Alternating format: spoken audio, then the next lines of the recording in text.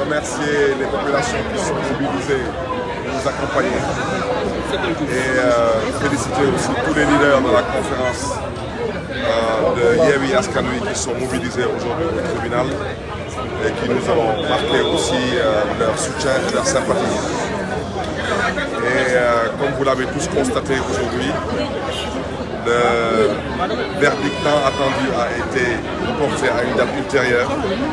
Nous en prenons acte et nous continuons à inviter les populations à se mobiliser pour la démocratie et à se mobiliser surtout pour l'avenir de notre pays.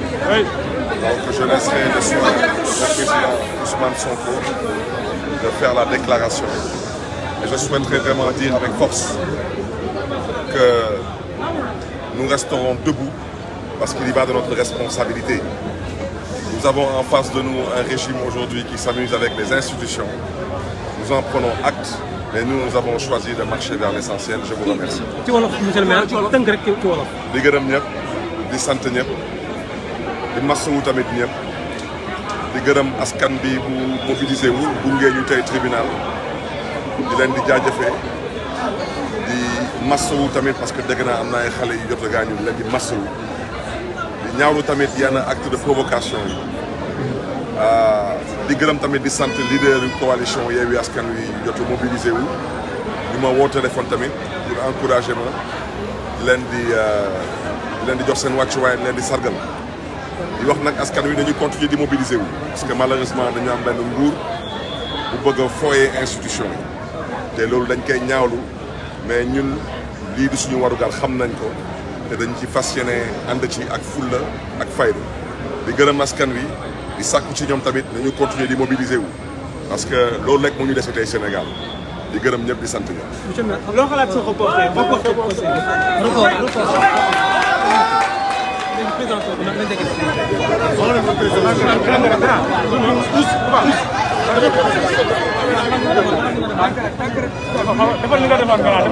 dama yër dafa kawe.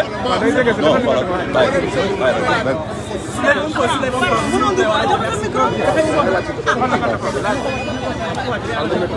ndànk rek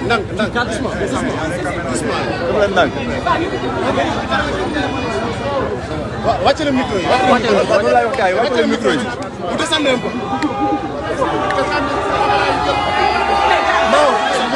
non descendé.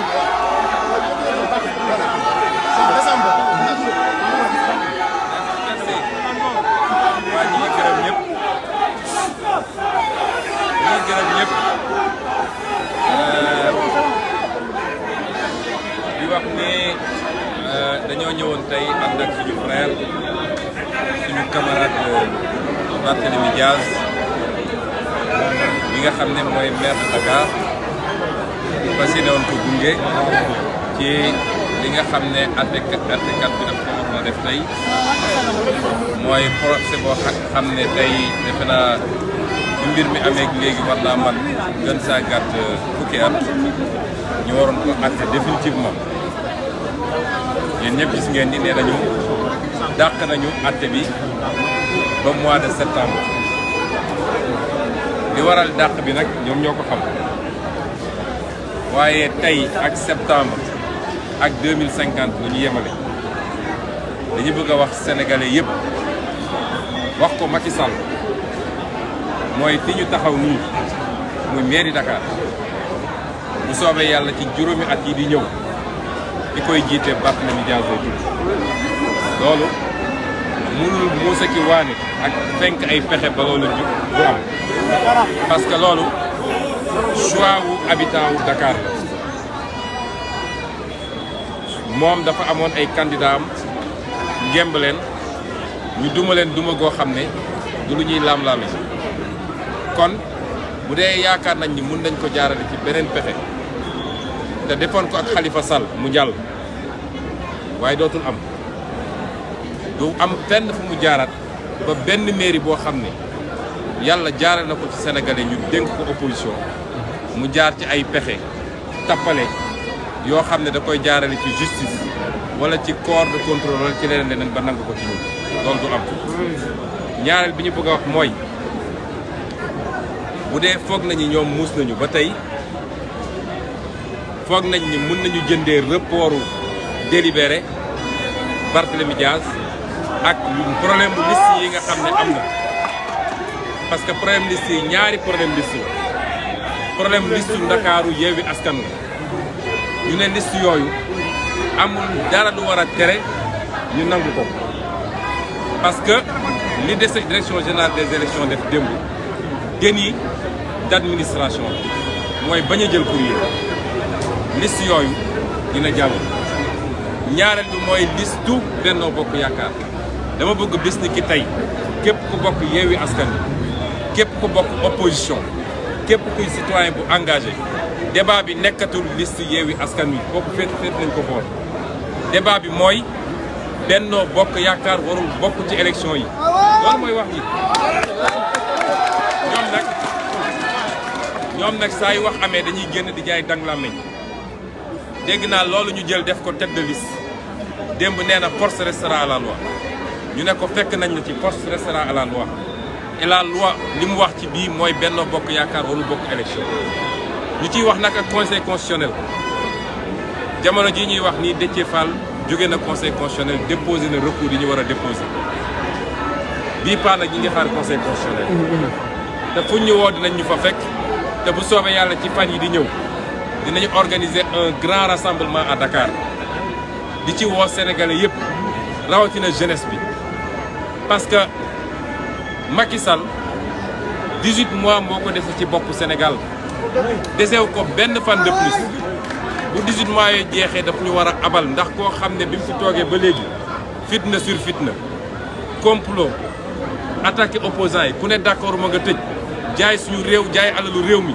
wër di yelwaan suba ngoon naan tubaab bi jox leen ñu kooku Sénégal ci boppam moo dayal ci moom 18 mois yooyu nag moo ko fi dese bu yaakaaree ni mun na jaar ci ëllëg pour li nga xam ne moo war a acter définitivement la fin muy élection législative yi ndax na boppam loolu lañ ci bëggoon wax ci lu gàtt di delloo si di delluwaat di masaw ndax am na nee nañ ñu ci provocation yooyu am ci yoon bi am na ñu ci gaañu ñii di jóg di provoquer dañ leen di wax ñu tey parce que koo ëppul doole ko gaaw a song koo ëppul doole ko gaaw a song ndax lii mun nañ ko organiser ba tey maire bu fi organiser provocation dootoo génn Dakar loolu mën nañ ko te dañuy jël le peuple à témoin ñuy dox romb di dem seen yoon mooy que leen di attaquer parce que bu riposte amee rek boo ma tudd dootoo génn ci sa mairie.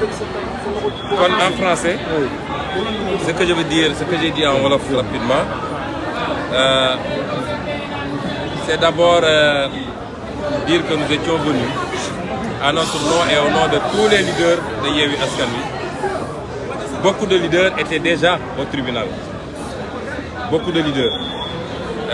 Donc, au nom de tous ces leaders-là, nous étions venus accompagner M. le maire de Dakar, Barthélémy Diaz, pour le verdict qui devait être rendu aujourd'hui et qui devait nous permettre de tourner une page qui dure depuis très longtemps, depuis plusieurs années maintenant. Le tribunal a décidé de renvoyer le prononcé de ce verdict. Il en a le droit. On n'en connaît pas les raisons. Mais ce que nous voulons dire sur le plan strictement politique, c'est que celui qui pense pouvoir acheter la forfaiture qu'ils veulent faire sur la liste de Yewwi Askan Wi à Dakar par le report du verdict sur le procès en appel de Barthélémy Diaz, il se trompe. Pour nous, ces deux sont non négociables. La liste Yewwi Askan Wi de Dakar doit être réintégrée parce qu'elle n'a pas été foreclose et que la Direction générale des élections a commis un déni d'administration en refusant de prendre les rectifications qui étaient apportées hier par le mandataire. Mais l'élection de M.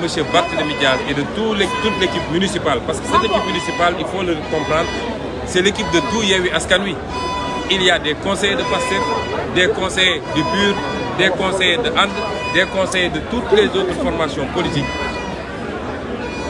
Cette victoire durement acquise, nous voulons dire à Macky Sall que s'il pense que c'est par ce dossier qu'il va passer pour reproduire la forfaiture qu'il avait déjà faite avec M. Khalifa Sall, il se trompe lourdement. Et c'est pourquoi je dis, ni l'un ni l'autre ne sont négociables pour nous. Mais lancer aussi un appel. Ils ont voulu nous retarder avec un débat sur oui, à Yewwi Askan Wi, tel a fait ceci, tel a fait ça. C'est dépassé pour nous. Désormais, il n'y a qu'un combat, c'est que Benno Bokk Yakaar ne doit pas être sur la ligne de départ. Hier, ils ont admis qu'ils ont déposé plus de parrains qu'admis par la loi. Cela suffit, il n'y a plus de débat. Benno Bokk Yakaar ne doit pas compétir. Et eux-mêmes ont dit que force doit rester à la loi. S'ils pensent que force doit rester à la loi, c'est faire des forfaitures et se réfugier derrière les forces de défense et de sécurité à qui on fait jouer un rôle qui n'est pas le leur. Et penser qu'on veut faire un forcing, ils se trompent. Force restera à la loi et nous interpellons directement le Conseil constitutionnel. Il faut que ce Conseil constitutionnel arrête d'être à la solde de Macky Sall. Il faut qu'il arrête d'être à la solde de tous les pouvoirs. On en a marre d'un Conseil constitutionnel qui toujours est à la solde du pouvoir. Ce même Conseil constitutionnel, et ça c'est un argument superfétatoire même, mais ce même Conseil constitutionnel avait dit en 2019 que le seul fait que Malick Gakou ait déposé plus de parrains qu'autorisé par la loi suffisait à invalider sa liste. Ce même Conseil constitutionnel ne peut pas revenir nous dire que Benno Bokk Yakaar qui a déposé plus de parrains que de normes va être admis pour compétir. Il faut que les gens arrêtent.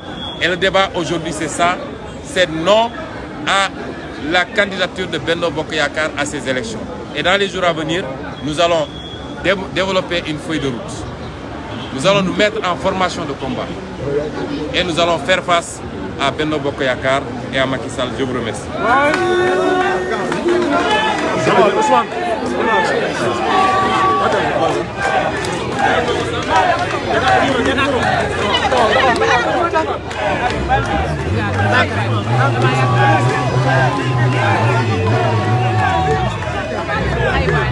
Ay,